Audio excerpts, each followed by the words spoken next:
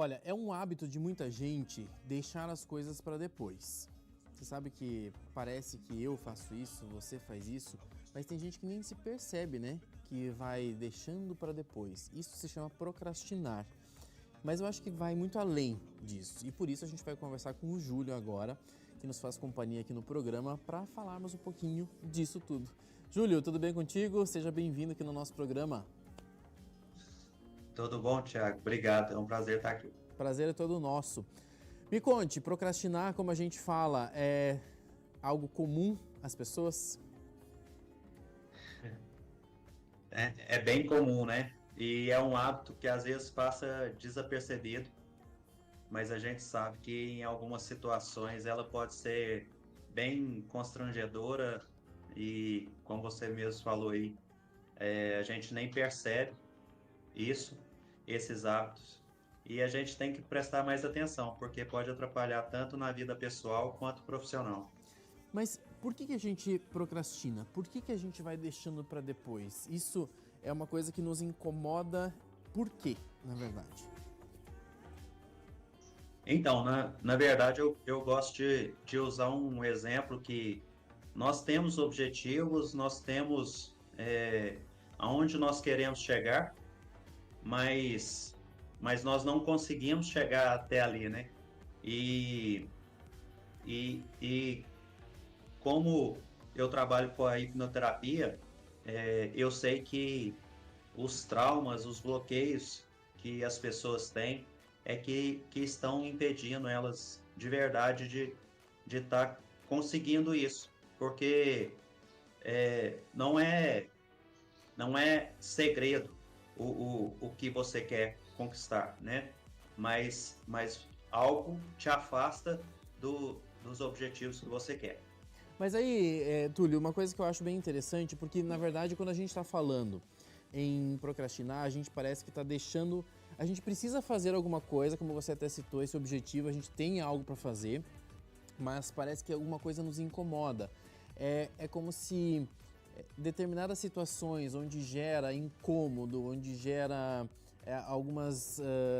alguns atritos, fazem com que a gente pare. Então eu vou deixando para depois, mas no final das contas fica tudo pior, não é? Porque chega uma hora que você tem que resolver. Só que aí, quando você tem que resolver, aí tudo tá muito mais embolado, isso tudo. Isso é uma realidade, né? E aí é isso que a gente precisa evitar de fazer. Justamente. E é o que eu falo, assim, parece ser muito simples enquanto a gente está conversando, mas na prática a gente vê que não é bem isso que acontece. Porque nós buscamos um certo conforto, né? Nós buscamos nos afastar de decisões difíceis, de fazer aquilo que precisa ser feito, e, e isso a gente vai deixando para depois, sem pensar na real consequência que isso vai trazer para a nossa vida. Seja buscar o corpo perfeito, uma alimentação saudável, é, hábitos que vão trazer mais prosperidade até, e só que a gente está tão no automático que a gente está evitando, a gente quer aquele. É um prazer imediato, onde, onde a gente precisa fazer algo, aquilo é desconfortável no momento e a gente acaba deixando para depois. Você sabe que você citou agora a questão do emagrecimento, e uma das coisas que eu acho que é um dos assuntos que a gente mais fala por aqui no programa, e eu acho que em todos os lugares, é justamente esse emagrecimento, a busca por uma saúde um pouco exagero da minha parte, né? Mas enfim, as pessoas querem ter um peso melhor e assim por diante. Só que aí para você conquistar isso, você precisa realmente fazer opções na sua vida.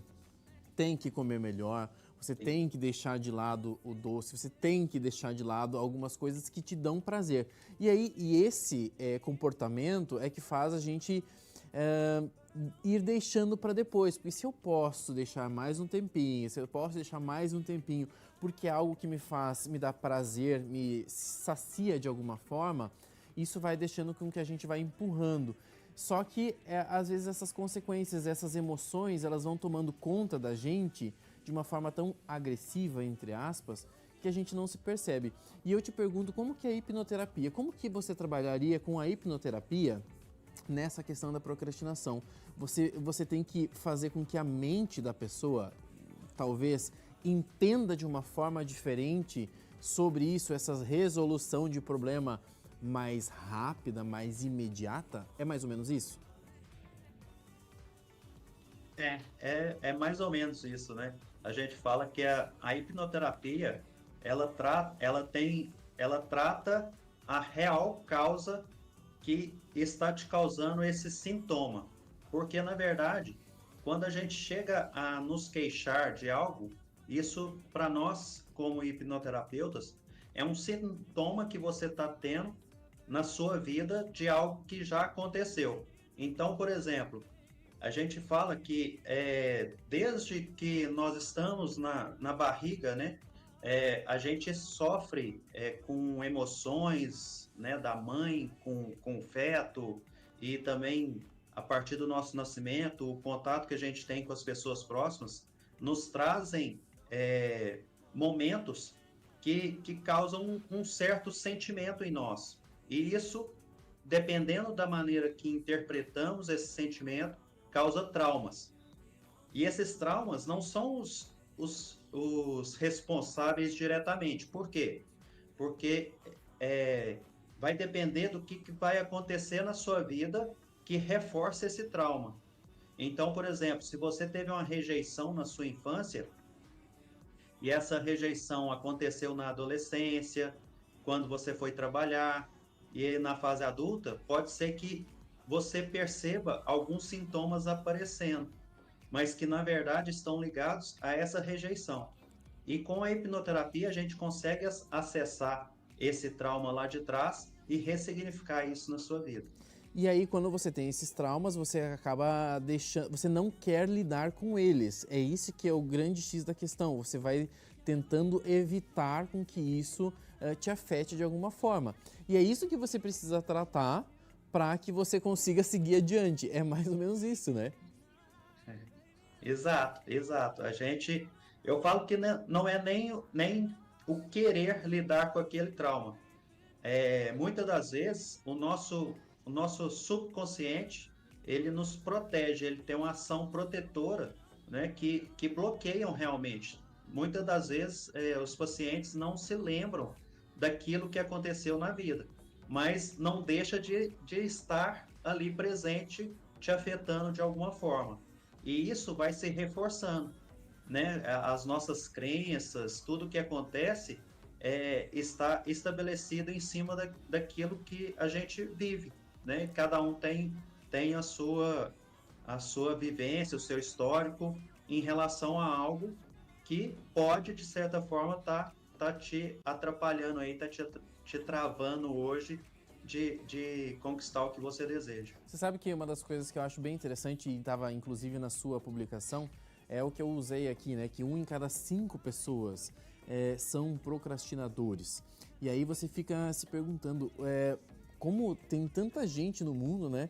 Porque é difícil você ficar se organizando, você ficar pensando. Como você iniciou essa entrevista aqui falando, a gente nem percebe que vai deixando para depois. Às vezes é uma conversa simples, lá no WhatsApp. Eu tenho certeza que muita gente faz isso, né? Eu tenho que responder tal pessoa. Vou responder depois. E vou responder depois. Por quê? Porque de alguma forma aquela mensagem pode gerar incômodo na resposta e assim por diante. Então você vai deixando. São coisas pequenas do dia a dia, mas que pode representar muita coisa no final do ano, do mês e tudo mais, não é? Exatamente. E com isso vão surgindo os memes, né? Que hoje com as redes sociais a gente está vendo e o pessoal acaba fazendo brincadeira. Que, assim, igual você mesmo citou, 1 a cada 5 tem a procrastinação crônica. O que é isso? São as pessoas que vão deixando, né? Que isso faça parte da vida delas e evitando tratar isso de maneira séria e acaba se tornando um problema real, né? Gerando ansiedade, depressão, porque quando você deixa acumular, você já citou aqui que os problemas não desaparecem por si só. eles vão se acumulando e às vezes você vai parecer que você é incapaz de resolver alguma coisa, mas na verdade é porque você não tratou daquilo no momento certo, né? No momento que apareceu e você resolveu, e por mais difícil que seja, era o melhor momento. Você deixou que aquilo crescesse, se tornou um problema ainda maior, se juntou com outros problemas, e aí fica mais difícil resolver.